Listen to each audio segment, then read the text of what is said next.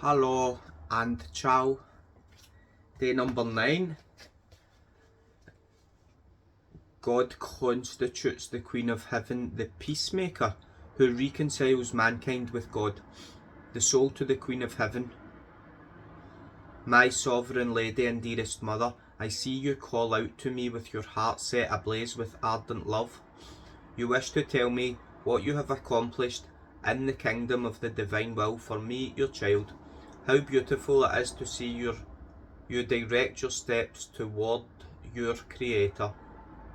As the divine persons hear the treading of your feet, they look at you and feel wounded by the purity of your gaze. They await you in order to witness your innocent smile, to smile at you and take delight in you. O Holy Mother, in your joys and in your chaste smiles with your Creator, don't forget me, your child, who lives in this exile and is in such great need of your help. My will rears its ugly head and seeks to overwhelm me, to snatch me from the kingdom of the divine will. Lesson of the Queen of Heaven. Child of my maternal heart, do not fear, I will never abandon you. On the contrary, if you decide to always do the divine will and live in its kingdom, we will be inseparable, and I will carry you always, holding you tightly with my hand to lead you, guide you, and teach you how to live in the supreme fiat. Therefore banish all fear. In the supreme fiat everything is safeguarded and at peace. The human will is what disturbs the soul and endangers God's most beautiful works.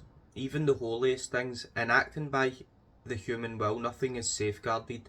Sanctity, the virtues, and even the soul's own salvation is in danger. And the characteristic that reveals that one lives by the human will is inconsistency.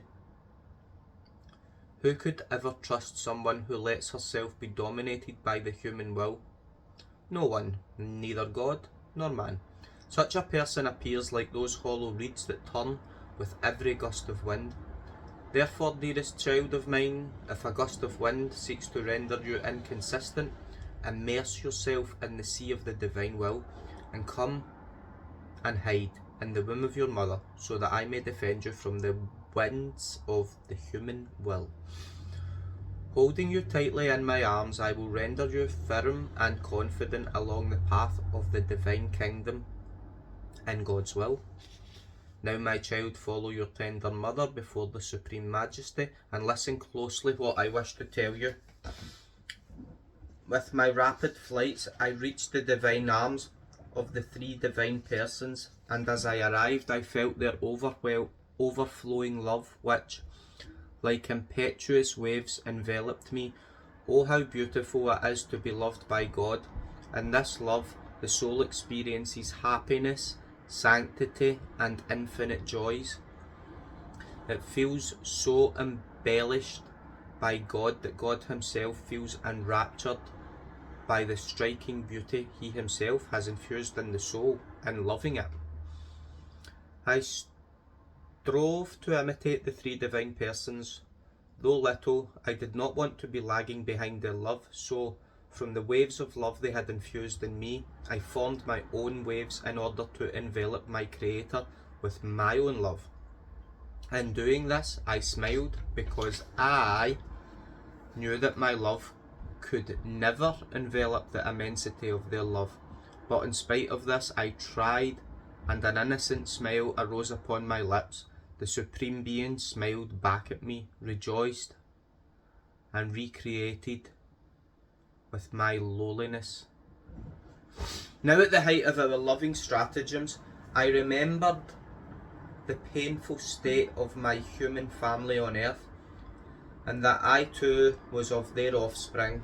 Oh, how I grieved and prayed that the eternal Word would descend to earth and provide mankind with a remedy, and I prayed with such tenderness that my innocent smile and festivities were transformed into weeping. The Most High was so moved by my tears, especially because they were the tears of a little child, that pressing me to his divine womb, he dried my tears and said, "Daughter, do not cry, have courage. By entrusting you with a divine mission, we have placed within your hands mankind's destiny. Now, to console you, we wish to make you the peacemaker who reconciles mankind with us. To you is given the task of reconciling mankind with God. The power of our will that reigns in you compels us to impart our kiss of peace to impoverished, decayed, and vacillating mankind. My child, who could describe what my heart felt at this divine condescension of God? My love was so intense that I felt as though I would faint, and with a delirium of love welling up within me, I yearned for yet more love to requite God with my love. Now a word to you, my child, if you listen closely to what your tender mother wishes to tell you, by banishing your will and giving its royal place to the divine fiat, you too will be loved with a unique love by your Creator. You will be his smile, you will make him rejoice, and you will be the bond of peace between the world and God. The soul, beautiful mother, help your child, place me into the sea of the divine will and cover me with the waves of God's eternal love, so that I may not see or hear anything but God's divine will and love. Aspiration, today to honour me, ask me for all my acts, and I will enclose them in your heart, so that you may feel the strength of the divine will that reigned in me. Then offer them to the Most High, to thank him for all the offices he gave me in order to save souls. Exclamation, Queen of Peace, may the divine will grant me its kiss of peace. Okay, let's do the aspiration. Okay, Mama Mary, we ask you for all of your acts, and then we offer them to God to thank him for all the offices he gave you in order to save souls. Amen. Ciao.